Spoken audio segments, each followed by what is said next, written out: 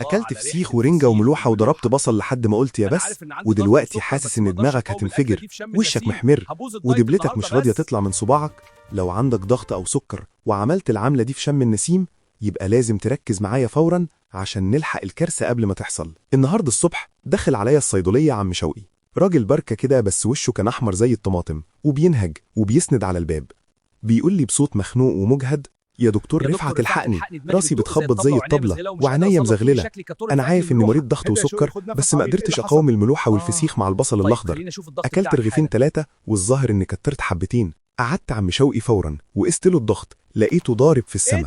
قلت له: يا عم شوقي، انت كده عملت قفلة في جسمك. الفسيخ والملوحة دول عبارة عن قنابل صوديوم وملح خام. الملح ده لما بيدخل الدم بيشفط المية من الخلايا ويحبسها جوه الأوعية الدموية. حجم الدم بيزيد، فالأنابيب بتضيق، والقلب بيعافر عشان يضخ الدم، والنتيجة ضغطك يضرب، كليتك تصرخ، وصوابعك تورم زي ما انت شايف كده. سألني بخضة: طب والعمل يا ابني، اخد حباية ضغط زيادة؟ قلت له: لا طبعا، ما نزودش أدوية من دماغنا عشان هبوط الدورة الدموية. الحل دلوقتي إننا نغسل الملح ده. أول حاجة تشرب 3 لتر مية متقسمين عشان نغسل الكلى.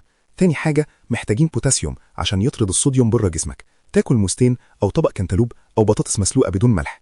البوتاسيوم ده هو زرار الأمان اللي بيفتح الأوعية الدموية وينزل الضغط طبيعي. وطبعا هنشرب كوباية ليمون بدون سكر عشان نظبط سكر الدم اللي طار بسبب العيش. وحذرته تحذير أخير: لو حسيت بصعوبة في البلع أو ريقك نشف جدا وزغللة قوية، تطلع على طوارئ المستشفى فورا، عشان ده ممكن يكون تسمم بوتيوري مش مجرد ضغط.